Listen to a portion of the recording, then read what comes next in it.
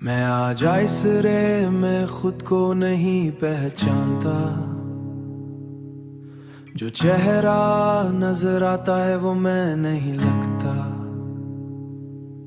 कहीं अंदर एक शोर सा मचा हुआ है मगर बाहर सब कुछ खामोश सा लगता।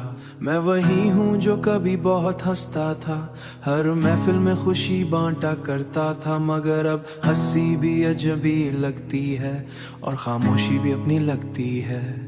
कभी तुम थे तो मैं मुकम्मल था शायद, तुम्हारी बातों में मैं जिंदा था शायद। अब तुम नहीं हो तो कुछ भी नहीं है, बस एक खाली सा इंसान रह गया है। मैंने तुम्हें नहीं खुद को खो दिया है, तुम्हारे साथ अपना सुकून भी दे दिया है। अब हर रास्ता मुझ पर हंसता है और हर मूड मुझे रोक लेता है।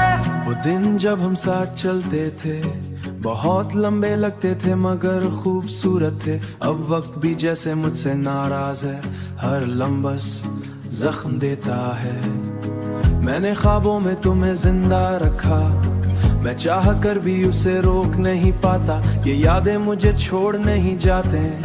मैंने खुद को बहुत समझाने की कोशिश की कि तुम वापस नहीं आओगे कभी भी, मगर दिल है कि मानता ही नहीं।